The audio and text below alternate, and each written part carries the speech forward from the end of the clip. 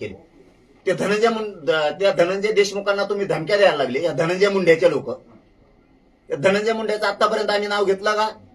आम्ही मुगम बोललो का? आणि तुझे लोक जर धडाधडा त्यांना कापायला लागले, धमक्या द्यायला लागले, आम्ही मराठी आहेत ना, मग आम्ही गप कसं बसणार? इथून पुढे जर तुम्ही त्याला त्रास दिला तर आम्ही जशात तसं उत्तर देणार. का म्हणू नये? आणि बाकीच्या ओबीसीच्या लोकांनी पण का म्हणू नये की त्या देशमुख कुटुंबावर अन्याय झाला?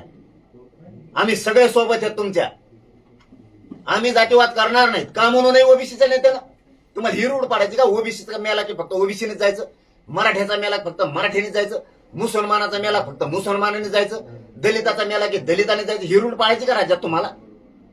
ही जाती इतकी कट्टरता का दाखवायला तुम्ही? का दहशतवादी प्रशिक्षण घेऊन आलात काय तुमचेच लोक? फक्त ह्या काही लोकांना जी खंड आहे ना, ही धनंजय मुंडेमुळे, हे धनंजय मुंडेने थांबवलं पाहिजे. हे बेकार होईल धनंजय मुंडे, हे बेकार होईल, हे होऊ देऊ नका.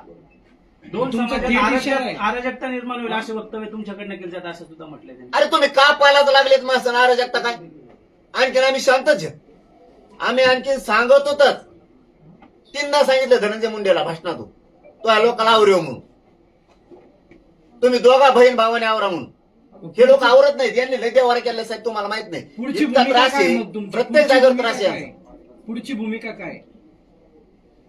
शांततेत तर मोर्चे सुरूच आहेत. नाही मग आता हे नाही थांबले, जसे तसे उत्तर आता द्यावाच लागतील ना. आपण राजीनामा दिला तर प्रश्न मिटणार आहे का? राजीनामे भेजीनामे आणखी 50 घे, पण ज्याच्यातला जरी सुटला, सुट्टी नाही हा. मंत्री होय तिकडे, नाही तर मंत्री होय. मुख्यमंत्र्याला इशारा आहे का डायरेक्ट? आता मुख्यमंत्र्याला तर तीनदा सांगितलं आतापर्यंत.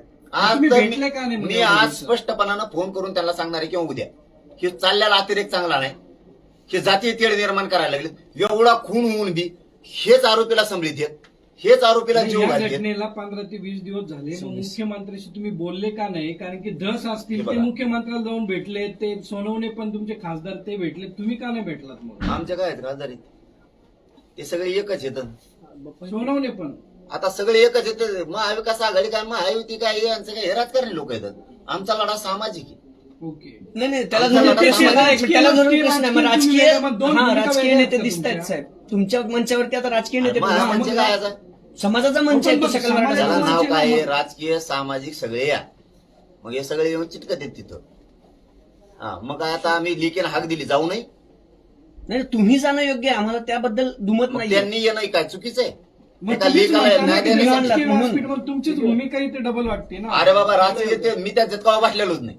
मग ते तुमच्याकडे येतात आहे का? अरे मी त्यांच्याकडे येत नाही, ते माझ्याकडे येत नाही. समाजानं बोलवलं मग ते व्यासपीठावर सगळेच येतात. जरांगे साहेब लेकीला न्याय देण्यासाठी. मग त्यांनी असावं की नसावं? तुम्हाला काय वाटतं? त्यांनी असावं की नसावं? सगळ्यांनीच असायला पाहिजे.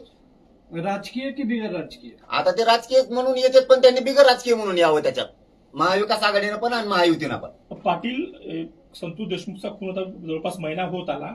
वाल्मिक कराडचा त्यात सहभाग आहे की नाही हे अजूनही स्पष्ट होत नाहीये. फोन करून दाखवलं म्हणताय. आता जवळपास त्यातले सगळे आरोपी पोलिसांच्या अटकेत आहेत. चौकशीतून काय निष्पन्न झालं हे अजून काही स्पष्ट होत नाहीये. सरकार याच्यात काही लपवतंय का काय होते नेमकं? लपू तर देणार नाहीत, मॅटर तर दबवू देणार नाहीत आणि जिरो पण देणार नाहीत. पण ते दाखित नाहीत आपल्याला, ते म्हणजे सांगता येत नाही तुम्हाला. विचारलं तर ते म्हणजे तुम्हाला उघड नाही करता पण येत. मग मग नको करू आता. मुख्यमंत्र्याशी तुम्ही मग मुख्यमंत्र्याशी याच्यात विचारलंय का? या याच्यात बाबत काही बोललात लपवत का छपी सुरू आहे का? काय मी वाटतं? बोलणार, मी मगाशीच सांगितलं, मी आता बोलणार. कारण जे दिसायला लागलं ना राज्यातलं चित्र, की हा धनंजय मुंडे बहुतेक असा अंदाज यायला लागला, शंका यायला लागली की फोन करून ओबीसीच्या नेत्याला उचकायला लागलाय. काही तुम्ही ना मुख्यमंत्र्याला जाऊन त्याच्यामुळे भेटणार सांगणं की गरजेचं फोनवर आहे. बोलणार? तेढ निर्माण करायला लागले जातीयच्या. हो, पण फोनवर बोलणार की जाऊन भेटणार? नाही नाही, फोनवरच मुख्यमंत्र्यांना? बोलून भेटायला ते आम्हाला गरीब लोकांना भेटत असते का? त्यांना मोठमोठ्या टप्पू लागत. नाही पण ट्राय तर केली का तुम्ही? ट्राय तर करणार आहे का भेटायची? नाही नाही भेटतील, पण मी फोन करणार. मला तरी असे आहे की ते या घटनेला न्याय देतील आणि फोन बी उचलतील आणि सांगते सुद्धा. काय झालंय फोनवर बोलणं मी सरळ सांगून देईन तुम्हाला. पण आम्ही त्यांच्याकडून आशा धरलेली, कारण मराठा समाज त्यांच्यामुळे शांत आहे.